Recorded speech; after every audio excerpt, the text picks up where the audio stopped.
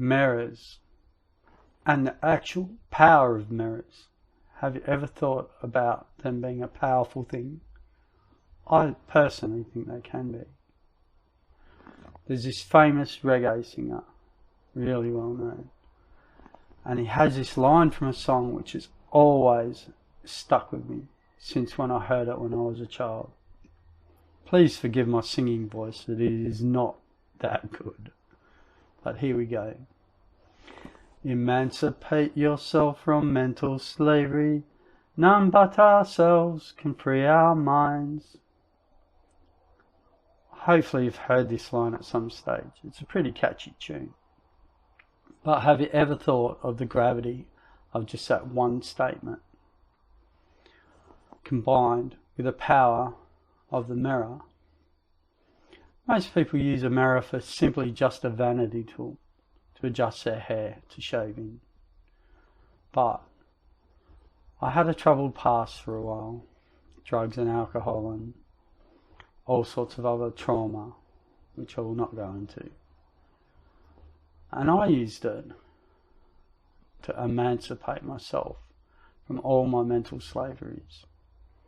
I used to look at it and hate myself and see the abyss of my soul, like just deep, staring into these blue eyes that I have.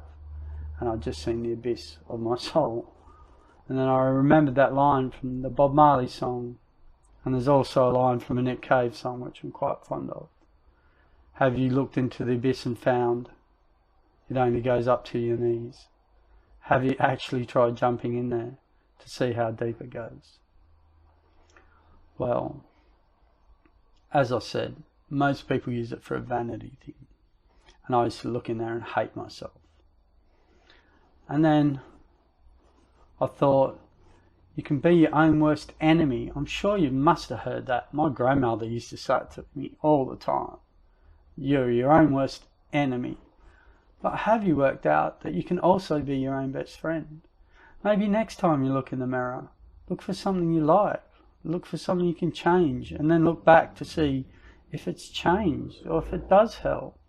Maybe be a bit kinder to yourself. In my instance with drugs and alcohol, like I started smoking quite young, and then that led to party drugs, which helped cover up the trauma of my childhood, but unfortunately led to more trauma.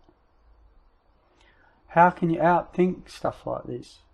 Because when you first use drugs and that, you use it to get high, you use it to feel elated, you get endorphins. It's great, you go out with your mates, you have a fat old time. But as the years go on and the use gets worse, you're no longer doing that stuff. You're using drugs and staying home to feel normal. It's the only way you get happiness. I've found that what fills the gap after the drugs go?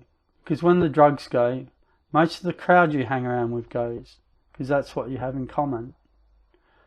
You need to think what fills that gap. And then the elation goes, because you're no longer getting endorphins from partying or drinking or whatever you're doing. Most of my friends have relapsed.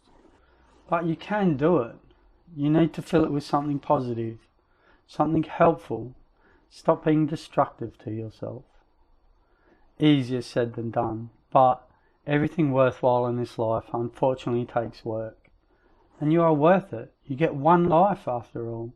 You are worth every effort. Every effort. Do you want to sit on your deathbed having regrets about stuff you could have, would have, or should have done? Like, I know that cannabis makes you I'm gonna do this, I'm gonna do that, and you never do. 10 years later you're saying the same thing.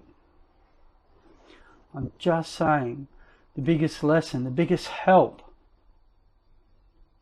the biggest thing you can do in your life is to help yourself.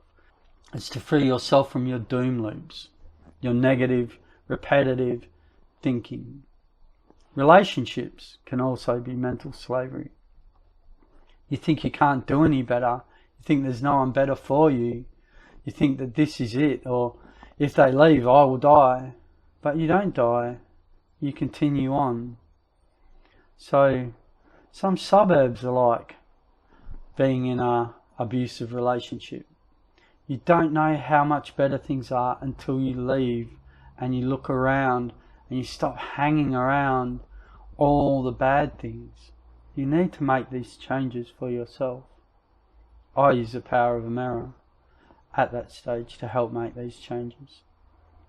And then when you go to these new places and you meet these new people, you need to use the emancipation of your mind to not say the same things, meet the same people, get into the same doom loops. And it's all hard, but it is all so worth it. You can change. It's in you. It's up to you. You deserve it. Find something you like about yourself. Stop listening to the opinions of others. What do the opinions of others serve you? Truthfully, you can't change what people think about you. You can only change the way you react to what they think about you. How do you want your life to be? Say you're walking up the road and there's something different about you. Maybe you've got too much weight, or maybe LGBTQI and you look a bit different, or maybe you have a handicap or something. I'm not sure, whichever one suits your case. So 10 people drive past you. Let's just say 10. 6 or 7 of them aren't even going to care. 10 people walk past you in the street. 10 people meet you at a social party. Like 6 or 7 of them aren't even going to care about you. Especially nowadays, they care about themselves, about their missus, their kids, or who they're trying to hook up with, or any number of things. And they simply don't care because they're centering on themselves.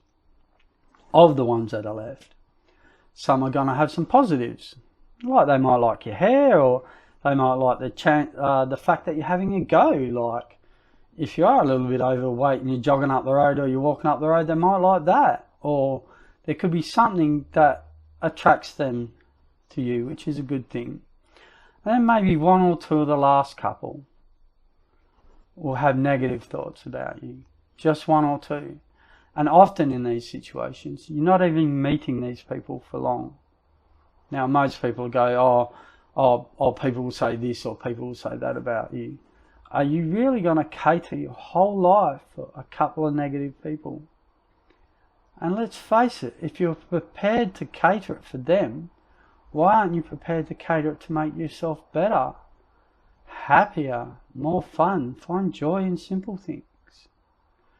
Truthfully, if you're going to all that effort, build it on yourself. Stop giving negative people power against you, which is all that is doing. You can outthink yourself from doom loops. Everything is hard, but everything is so worth it. And you find that after some time, you will change, and it will be for the better. Just be a bit kinder to yourself. Please start with that. And if you need to, you can use the power of the mirror to help. I know I did.